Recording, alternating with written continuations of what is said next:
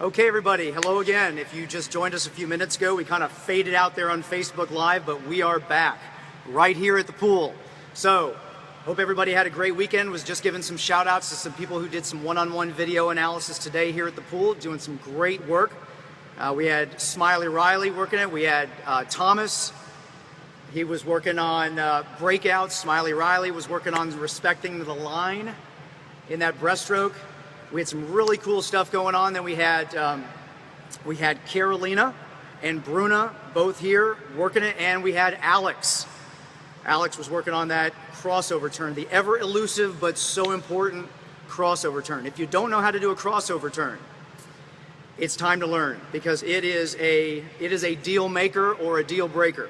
Got to learn that crossover turn. All right. So this week we are talking about why gymnasts swim so fast. So before we get started though and dive into all the information, just a quick update on our website. You can check out the iswim1to1.com website for all sorts of information about upcoming sessions and things available here in Charlotte or beyond. So check it out. That's our infomercial. And also, if you missed last week, we talked about the Advil of swimming. Make sure you check that out, as well as some other cool stuff on the website. So this week, why gymnasts swim so fast. Now, I've been coaching for about 10 years, and I have seen over those 10 years a handful of swimmers transition from the world of gymnastics into the world of swimming. And you probably have too. And it's really interesting. It's kind of a phenomenon. Some of these kids who have been doing gymnastics all their lives come over to the pool, they jump in the pool, and they kill it. Now, why is that? Why are gymnasts able to swim so fast, and what are we non-gymnasts able to do to kind of tap into that secret speed that they have? All right, so that's what we're going to talk about today. There are really three reasons why gymnasts can swim so fast after just joining the sport. Now, of course, just a quick caveat for all you gymnasts out there, you know that it does take a little while to build up endurance in swimming. Speed, yes, right away, but endurance, it takes a little while. But what is it? What is it about the gymnasts that help them swim so fast? Here are three items, and these aren't the only three, but these are three big ones. I think these are the main reasons. First of all, core strength. Secondly, body connection. And number three, athletic IQ. So we got core strength, body connection, and athletic IQ. So let's dive into the first one, core strength. Now, one of the things about gymnasts is they are rock solid in the core, okay? Abs of steel. So why does that help so much in swimming? Well, here's why. If you've hung around a pool at any point over your lifetime, you've probably seen one of these. This is the infamous noodle that you can float on, and it's flimsy, and it'll even knock off your hat if you're not careful. Now, if you try to push this noodle through the water, it's not going to go very far, and it's not going to go very fast because it doesn't have any solid substance to it. It's just kind of flimsy. Now, if you're a swimmer and you do not have a solid core, okay, you're going to kind of go through the water like this. In fact, when you see people first start swimming, they tend to wiggle a lot in the water, okay? But we don't want that. We want to cut through the water with maximum efficiency, okay? Here's my baseball bat, okay? This is the way we want to go through the water. Solid, abs of steel, cutting through the water with maximum efficiency. So core strength is a huge piece of why gymnasts are able to immediately hop into the pool and cut through the water with maximum efficiency. It also gives them incredible explosive power. Explosive power comes from core strength, okay? It is something that is very body driven. It is something that has developed over a long period of time, but boy, is it explosive. So core strength is key. That's number one. Core strength, number one reason why gymnasts are really, really fast at swimming. Second reason is body connection. Body connection. Now, one of the things about gymnastics is it's not just a limbs-based sport. Limbs, I mean arms and legs. Okay? They are constantly using the middle of their body to coordinate the limbs, okay? To coordinate the arms, to coordinate the legs, to connect all of their movements together. And a really strong core and body connection is key in swimming. It's also key in several other sports, and I want to talk to you a little bit about that first. So, for example, let's talk about the great sport of baseball. Many of you probably watched the World Series recently, and you saw a lot of good at-bats. Now, what you probably didn't see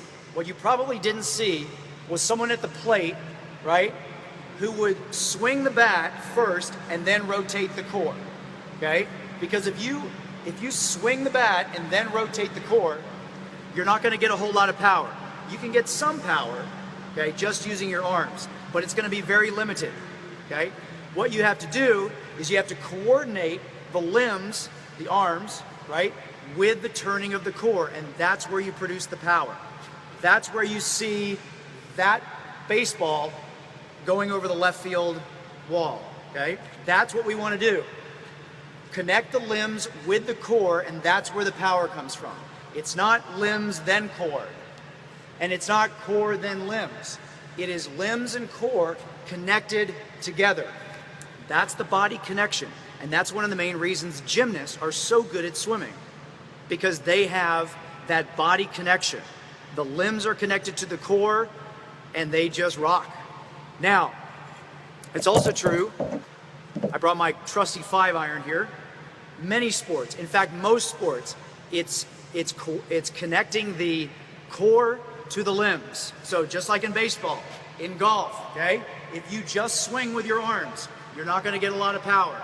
The way you're going to get power is to connect the limbs with the core.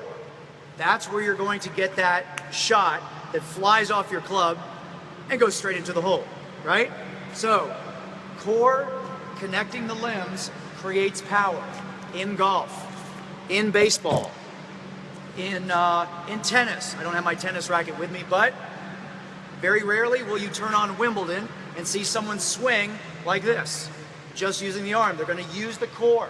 They're going to turn the core with the racket, and that's how you create power. Well, how does this relate to swimming? Okay, here we go. Ready? Let's talk about freestyle. Why do we need core connection and body connection to go fast in freestyle? Because if let's just say you're going to pull with your left arm here. If you just pull with your arm, you're relying totally on this arm's strength to pull you through the water, okay? What we want to do is we want to connect this arm with the core, and what we want to do is we want to pull and turn the body at the same time. Pull and turn the body. Pull and turn the body. That's where you're going to get the power, okay? That's where you're going to, it's the same thing. That's swing and turn the body. In baseball, in golf, in tennis, throwing the football, okay? You are going to use the limb connected with the core to create the power. And that's what we want to do in swimming. So in freestyle, we don't just use the arms and keep the core just sitting there like a surfboard. No, we rotate the core, okay? We rotate the core, and that's where the power is, okay? Now, some people pull too early. They don't connect the pull with the turning of the core. Sometimes they'll pull and then turn the body late, and pull and then turn the body late. And you'll see they don't create very much speed. The people who really fly in this sport are those who understand the connection between the pull and the turning of the core. The turning of the core with the pull creates the power. Same thing in backstroke, okay? In backstroke, a lot of people will put their arm in the water, pull, and then rotate, okay? But what we need to do is we need to pull and rotate together. So we're connecting the limbs with the core, creating power in the backstroke, power in the backstroke. That's what we want, okay? Similar things in butterfly and breaststroke too, but I don't really have a whole lot of time to go into those. But freestyle and backstroke, absolutely core connection is where it's all about. Core is also very important in breaststroke and butterfly, but we will cover that in a different week. So we got, why do gymnasts swim so fast? Number 1, core strength. Number 2, body connection.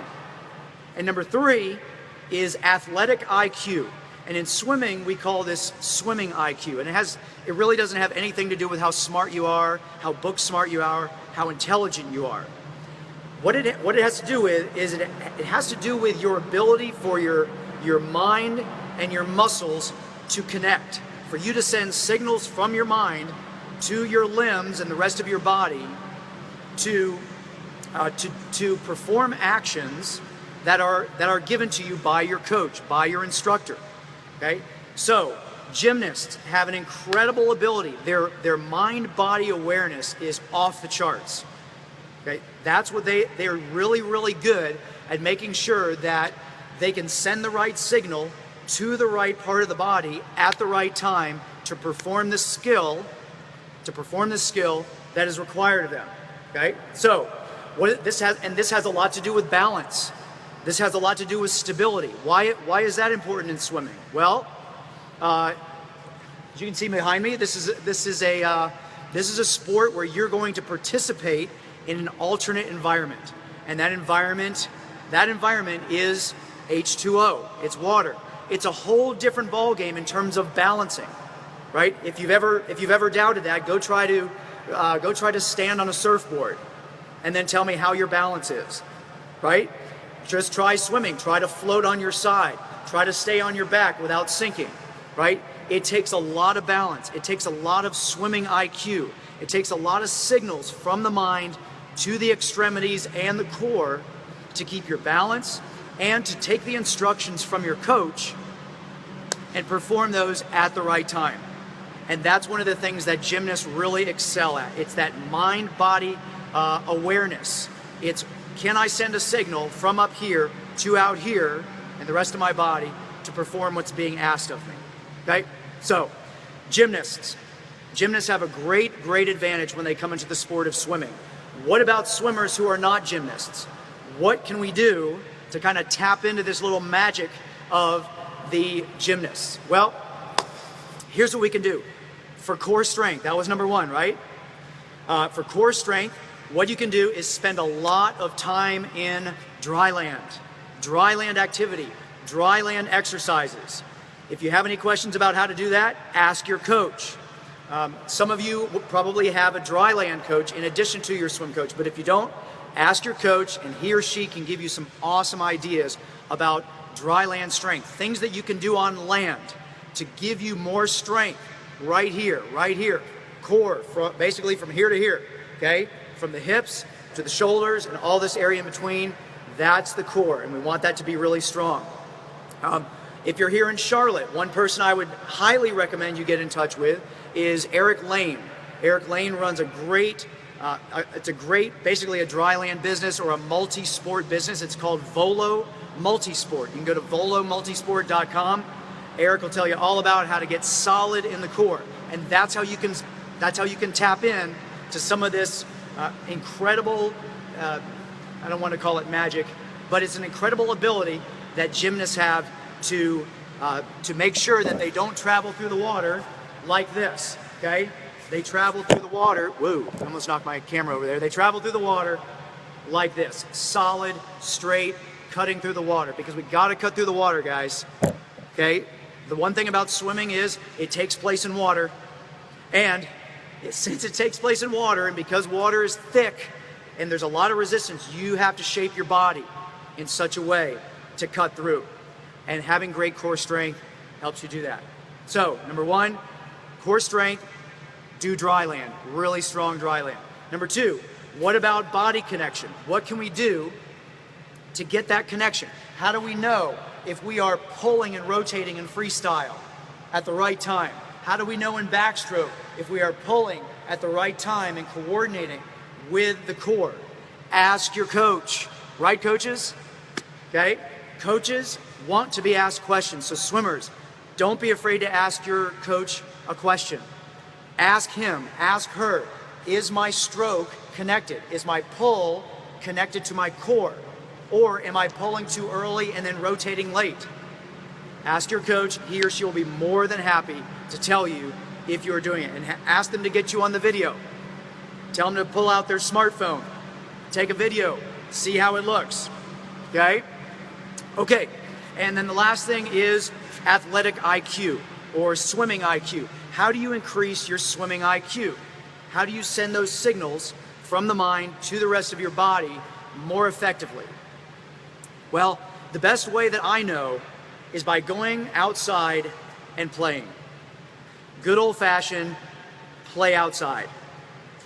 Or play other sports. One of my favorite things, in fact, one of the best things you can do for your swimming, and some people might think this is swimming heresy, but I think one of the best things you could ever do for your swimming is to play another sport.